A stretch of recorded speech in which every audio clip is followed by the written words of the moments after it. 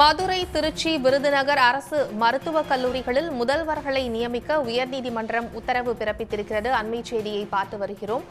அரசு மருத்துவக் கல்லூரிகளில் முதல்வர்களை நியமிப்பதில் கால தாமதம் ஏன் என்றும் நீதிபதிகள் கேள்வி எழுப்பியிருக்கின்றனர். மதுரை, திருச்சி, விருதுநகர் அரசு மருத்துவக் கல்லூரிகளில் முதல்வர்களை நியமிக்க உயர்நீதிமன்றம் உத்தரவு பிறப்பித்திருக்கிறது. அரசு மருத்துவக் கல்லூரிகளில் முதல்வர்களை நியமிப்பதில் கால தாமதம் ஏன் என்றும் நீதிபதிகள் கேள்வி எழுப்பியிருக்கின்றனர்.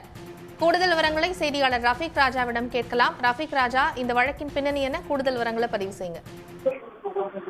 நிச்சயமாக மதுரை, திருச்சி, விருதுநகர், தேனி, திண்டுக்கல் உள்ளிட்ட மதுரை தென் மாவட்டங்கள், அதாவது கரூர் உள்ளிட்ட தென் மாவட்டங்களில் அரசு மருத்துவக் கல்லூரிகள் புதிதாக கட்டப்பட்டன. இந்த கட்டப்பட்ட அரசு மருத்துவமனைகள் தற்போது மிக சிறப்பாக செயல்பட்டு வருகிறது. இந்நிலையில் ஏற்கனவே இந்த மருத்துவக் கல்லூரிகளில் தீனாக பணியாற்றியவர்கள் வயது மூப்பின் காரணமாக பணி ஓய்வு பெற்றுள்ளனர். இந்நிலையில் இந்த கல்லூரிகளில் இதுவரை இன்னும் டீன் நியமனம் செய்யப்படவில்லை, அதாவது கல்லூரி முதல்வர்கள் நியமனம் செய்யப்படவில்லை.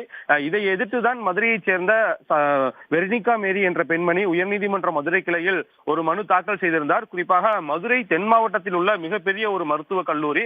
இங்கு தினந்தோறும் 10,000க்கும் அதிகமான வெளிநோயாளிகள் வந்து சிகிச்சை பெற்று செல்கின்றனர். அதேபோல 3000க்கும் மேற்பட்ட உள்நோயாளிகள் தங்கி சிகிச்சை எடுத்து வருகின்றனர். இங்குதான் தென் தமிழகத்தில் புற்றுநோய்க்கான சிறப்பு சிகிச்சை மையம், எலும்பு மாற்று சிகிச்சை மையம் போன்ற பல்வேறு சிகிச்சைகள் செய்யப்பட்டு வருகிறது. இந்த சூழலில் அந்த கல்லூரியில் கல்லூரி முதல்வர் பணி காலியிடமாக இருப்பதால் முடிவு எடுப்பதில் தாமதம் ஏற்படுத்தப்படுகிறது. இதனால் நோயாளிகள் மிகவும் சிரமப்படுகின்றனர். இதே போல மற்ற கல்லூரிகளிலும் இதே நிலைதான் நீடிக்கின்றது. எனவே இந்த தென் மாவட்டத்தில் காலியாக உள்ள மருத்துவக் கல்லூரி முதல்வர் பணியிடங்களை விரைந்து நிரப்ப உத்தரவு பிறப்பிக்க வேண்டும் என்றுதான் மனு தாக்கல் செய்திருந்தார்.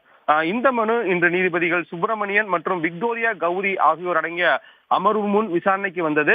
தமிழக அரசு தரப்பில் ஆஜரான வழக்கறிஞர் திலக்குமார் இந்த கல்லூரிகளுக்கு முதல்வர் நியமனம் செய்வதற்கான பட்டியல் தயார் செய்யப்பட்டு விட்டது, விரைந்து இந்த கல்லூரிகளில் முதல்வர் நியமனம் செய்யப்படும் என்று தெரிவித்திருந்தனர். அப்பொழுதுதான் நீதிபதிகள் ஏற்கனவே பட்டியல் தயார் செய்யப்பட்டு விட்டது, அப்பொழுது ஏன் இன்னும் கால தாமதம் செய்கிறீர்கள், எனவே விரைந்து அந்த கல்லூரிகளுக்கான முதல்வர்களை நியமிக்க வேண்டும் என்று உத்தரவிட்டனர். மேலும் இந்த நியமனம் சம்பந்தமாக அறிக்கையும் தாக்கல் செய்ய உத்தரவிட்டு வழக்கு விசாரணை ஒத்திவைத்துள்ளனர். தகவல்களுக்கு நன்றி ரஃபீக் ராஜா. உடனுக்குடன் செய்திகளை தெரிந்து கொள்ள சன் நியூஸ் பெல் ஐகானை கிளிக் பண்ணுங்க.